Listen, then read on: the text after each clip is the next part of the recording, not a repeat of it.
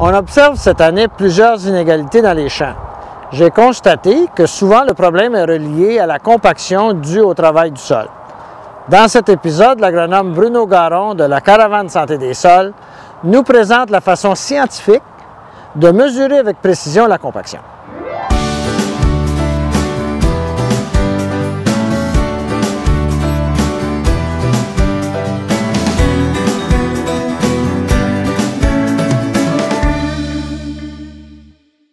Plusieurs vont prendre un pénétromètre ou une sonde.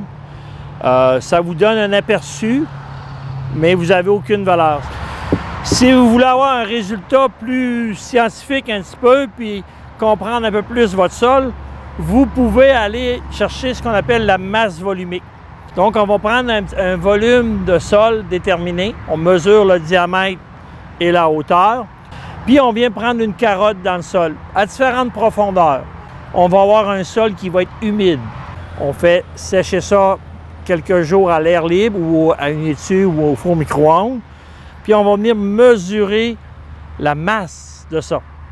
La masse divisée par le volume du cylindre va nous donner ce qu'on appelle la masse volumique. Ça va jouer pour les sols entre 1 g par centimètre cube aller à 2,1 g par centimètre cube. Le béton ici est à 2,2. Dans une argile à 35 à 45 %, si la masse volumique est plus grande que 1,4, l'enracinement se fait plus difficilement. Dans un sable, on va parler autour de 1,7.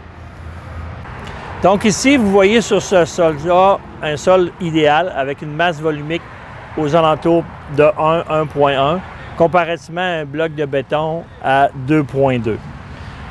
C'est ce qu'on recherche de plus en plus.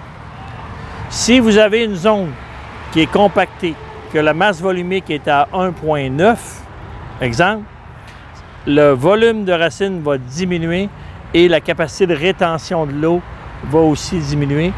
C'est ce qui fait que mon maïs ne sera pas à son rendement optimum.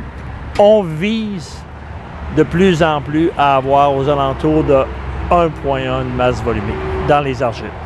Donc, faites attention à vos sols, limitez les passages, limitez le poids par surface, parce qu'il y a deux types de compaction. Il y a celle de surface qui est due par l'air que vous mettez dans vos pneus. Donc, si vous mettez moins d'air quand le pneu peut le prendre, bien, vous ferez moins de compaction de surface. Puis la compaction en profondeur, c'est le poids paresseux. Le printemps, il faut être en bas de 6 tonnes paresseux quand le sol est humide au printemps. Période sec, on va parler de 9 tonnes.